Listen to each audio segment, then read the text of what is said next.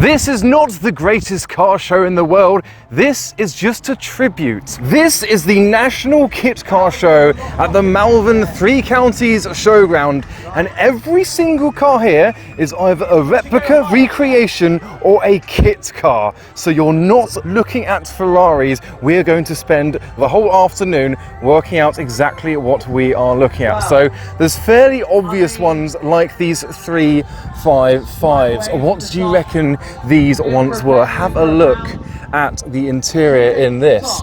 Even the switch is there. That's all 355. The open gated manual gear stick, that is correct. The steering wheel is almost correct, and then the dashboard is very similar to that of the 355. And before we conclude the 355, just going to have a look around this Ferrari California, because it has just started up, and of course it is not a genuine California. So this one actually has Haman badges, which is a tuning house that do make body kits for the California, although I can't actually see much of a kit on this. But a clue as to what this is the roof mechanism.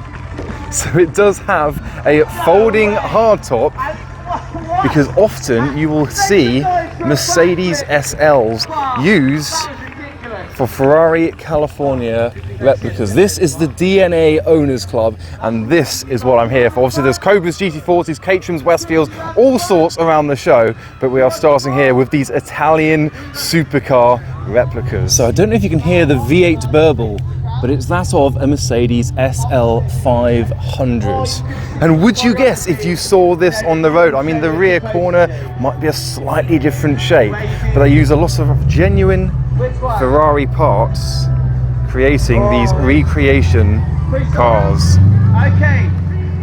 So there goes the Mercedes, but of course you definitely guessed this one straight away, for this is a Mark II Toyota MR2, so still a mid-mounted engine, of course not a V8 in this one, but creating this Ferrari 355. So these are some of the most impressive and expensive recreations of Ferraris on the market.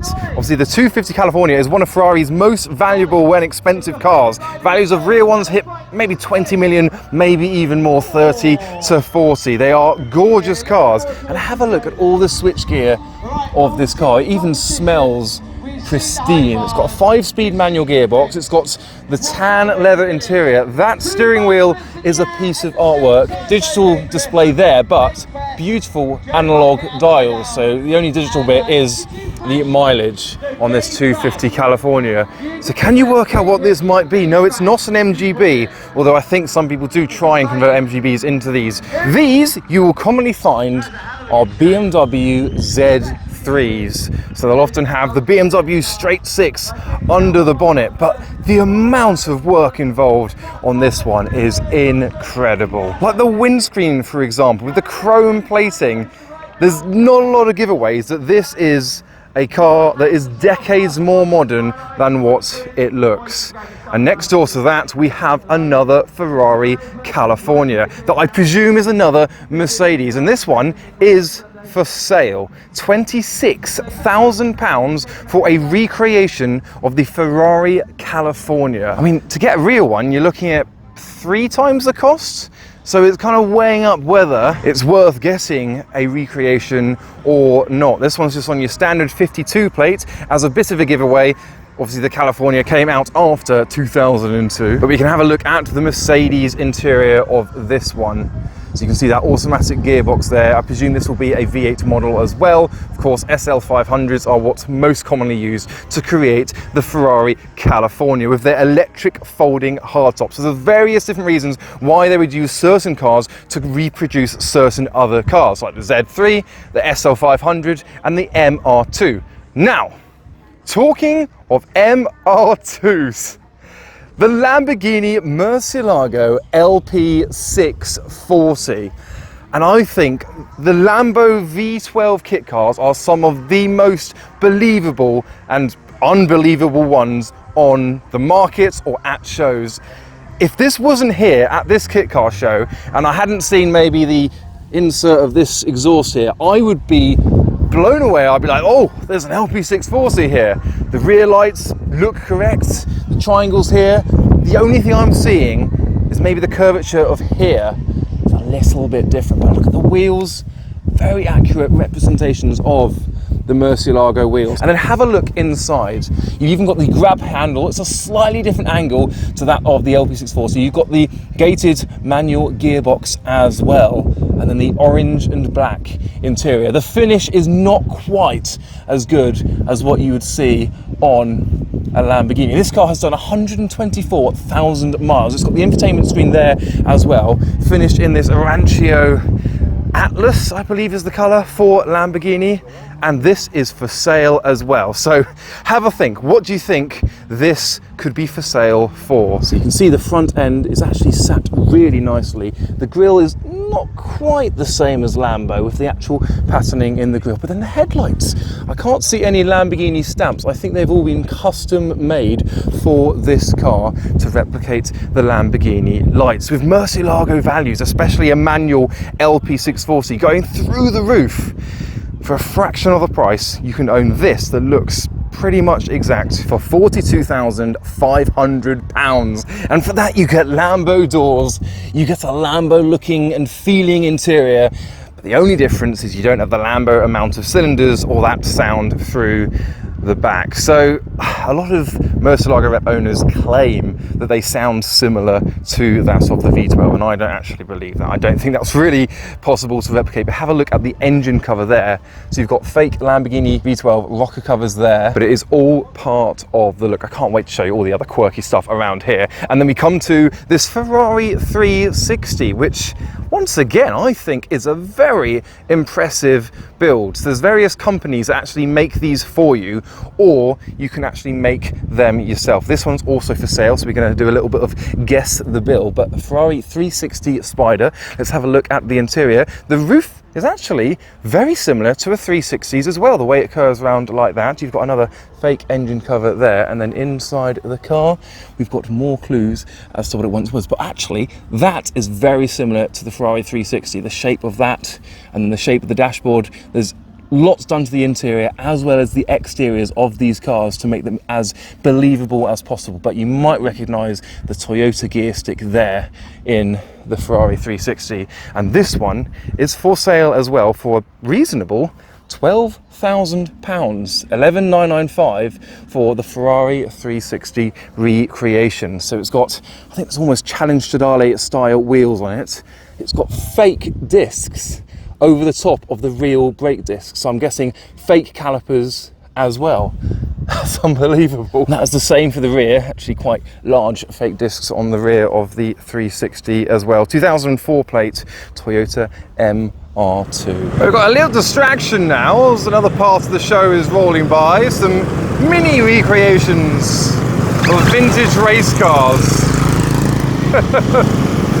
alongside the DNA Owners Club California Spider.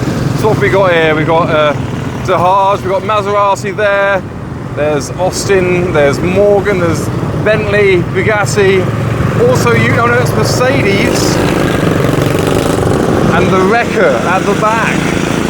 So most of these cars will be made out of fiberglass, a lightweight material that's very easy to create curves and beautiful arches to sculpt into the shape of the original car. And that's the same for a lot of the other kit cars here today. We've got some Vincents here. These cars started life out as Triumph Spitfires or sometimes Triumph GT6s. But around from the muddy buggies, we have a pair of more recreations. A Porsche 356 Speedster and a Ferrari Daytona Spider. But we'll come to the Daytona in a little bit. First of all, we'll talk about the Porsche 356. So again, can you guess what they probably use? I'm just going to tell you now, it is a Porsche. This is a genuine Porsche. It's just not a 356. And if we have a look at the interior, we have a clue. This is a manual Porsche Boxster. So I don't know if they've raised the bodywork so that the windscreen looks smaller. I think that's probably what they've done. So I think the body line comes closer to the top of the windscreen to give it this short, narrow windscreen look to it with the Speedster badging here. I think that is what they have done. So obviously it's a lot larger than your original 356 Speedster, but it's mid-engined, not rear-engined, and actually, in this case, faster than the car that it is replicating, as opposed to the Lambo and Ferraris that we saw earlier. And then this Ferrari. Now, a lot of these use Corvette chassis to create a Daytona Spider replica. But this isn't one of those, because this has the correct amount of cylinders. I can only just see the engine. Well, this is a guess. This is a guess, but I'm guessing Jaguar V12.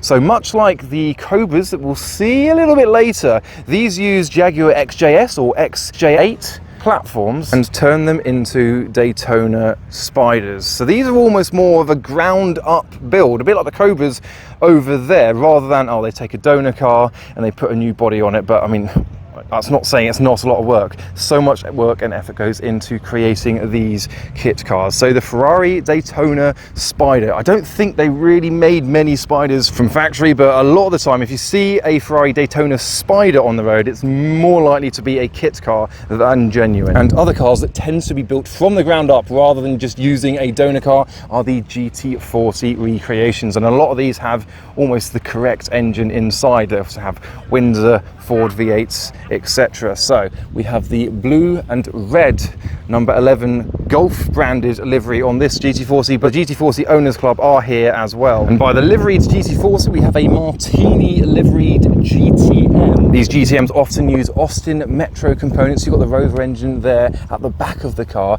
and you can maybe recognize the Metro dashboard inside. So a Metro GTI was the donor car for this, and for this car, this is an Excalibur, but not the Excalibur that Clarkson had. It's a British kit car manufacturer that died in the 90s.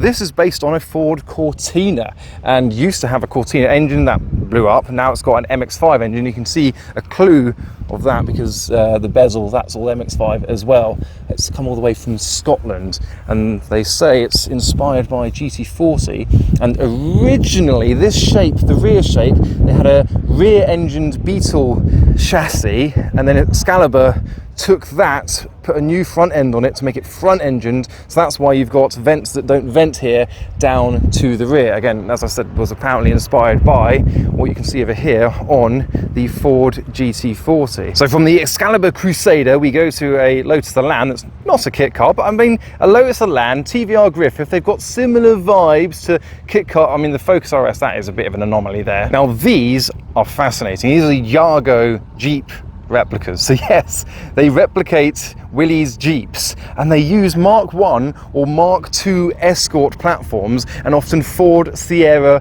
running gears. Now, if you ever thought a Jeep might be popular enough to have a replica made of it, well, now's your proof. This one's pulling a trailer, and also pulling a trailer is a Cobra recreation. It actually has a tow bar on a Cobra. I've never seen that done before, and I will not do that with mine. So this is a Pilgrim Sumo. They're on the cheaper end of the Cobra replica market. They also use Ford components underneath, so maybe not quite as strong as the Jag components that Dax and AK and other Cobra replica manufacturers use, and as a result they often have Rover V8s or sometimes Ford Pinto, but this one in particular has a Ford Cologne V6. But now welcome to the Midas Owners Club. All of these cars are made by Midas, or pretty much. You've got the Mini Marcos Owners Club there, but there's only one Mini Marcos, so they all use classic Minis as their base, but they have slightly different front fascias. Like this has got the more frog eye circular headlights. These ones have got squared off headlights. Got another circular headlight one there over there. I think they're different generations, different years of the Midas, and then this obviously is the Mini Marcos, which also uses a Mini as a base. And you can see the Marcos design language. There is actually a Marcos over there I want to see in a little bit. What I love about replicas and cars of this era is the donor parts. So from a Metro, the front headlights there on, I think this is a Midas, and then we can have a look at the rear and the rear lights that they all use as well. See if you can is that Astra?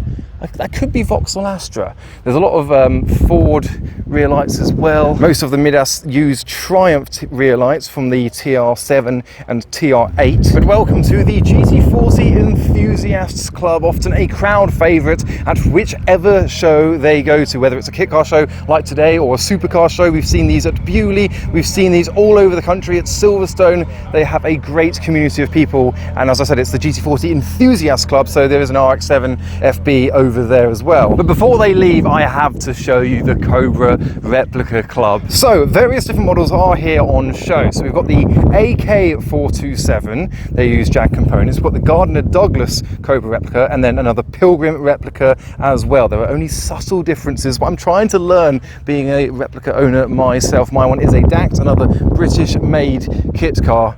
And I mean, the rear arches are somewhere to tell differences, and the way the rear lights sit in the car, and the shape of the body, the size of the body. They're actually really small cars. They're about the same size as a Mark 1 MX-5, but obviously the engine, they can be 5.7 litre like my one, and a lot of them are 5.7 or up to 7 litre like the original. So we go past this Pilgrim Sumo Cobra and then onto another AK, and this one actually has a Ford V8. And then here is probably the closest to my Cobra, because this is a DAX Tugero finished in Ford Imperial Blue from what I can tell, so the same colour as mine as well, with the Le Mans 24-hour sticker on it. And then back to another AK427. So DAX and AK are very similar kits, similar budget, and for me that was my choice. I either went for a DAX or I went for an AK, but obviously a DAX came along. It was the perfect car when I got mine, and that's what I ended up with. But welcome to the Ford RS200s. Now, there was one at Adam Seafest this year that won the car of the show in this exact livery, and that was a Toyota MR2.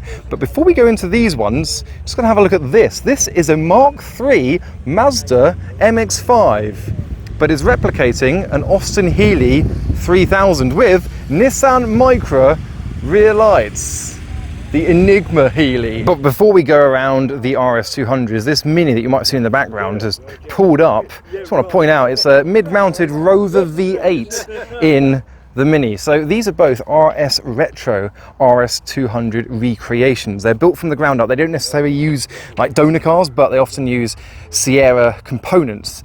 This one has a VAG engine, so from an Audi TT, 4-cylinder in the middle of it, and then we've got the Zetec Turbo Ford unit in the back of this, more similar to what the original RS200s would have had. And then also this one, you can notice the interior also shares Ford components, you know, Ford Sierra, etc.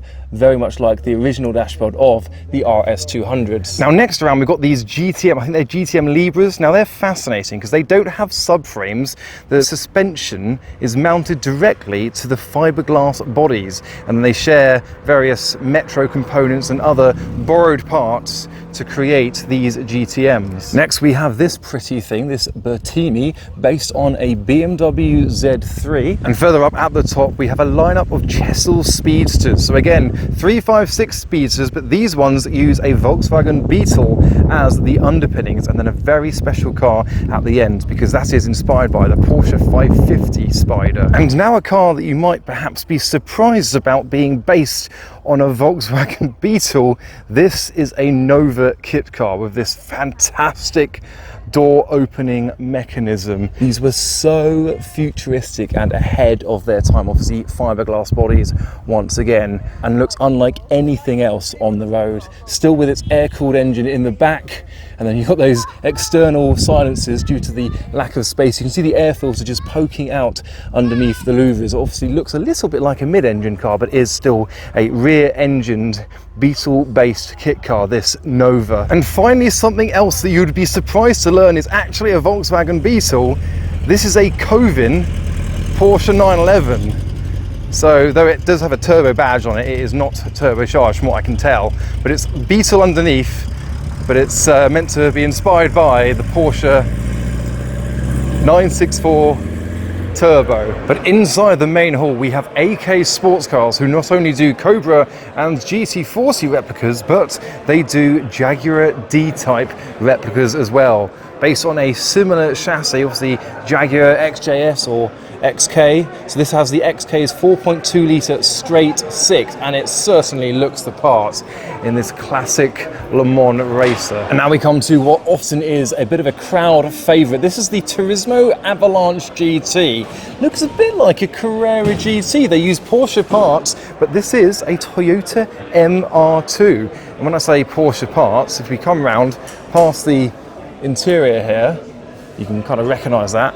You might be able to recognise the 991 Gen 2 rear lights on it as well. And then I mentioned the MR2 based RS200 that was at Adam Seafest this year. Here is another one. This Batcar RS200 is another Mark III Toyota MR2. So the wheelbase really lends itself to the size of the RS200, but you can recognise some of the Toyota dashboard there as well. But after checking out the Hawk Lancia Stratos and the Daytona Coupe, we've got a few more departures for the day. The 250 California Spider and the Lamborghini Murcielago and 355 are pulling out together. So there goes one MR2 and here comes another. Look at that on the road. So a little sample of sound from probably the highlight, the Murcielago recreation. It's a shame it was quite a quiet show today. Apparently yesterday was busier, but kit car shows are on rapid decline. People just aren't interested in kit cars as much as they used to in the noughties, and the new breed, the new audience, the younger people, they've got no interest in them at all. And we are seeing this, and it's such a shame, because forget your laughter, it's very impressive seeing how companies or even individuals can make recreations, replicas, homages to genuine cars that million-pound companies have produced and developed throughout decades of experience and skills.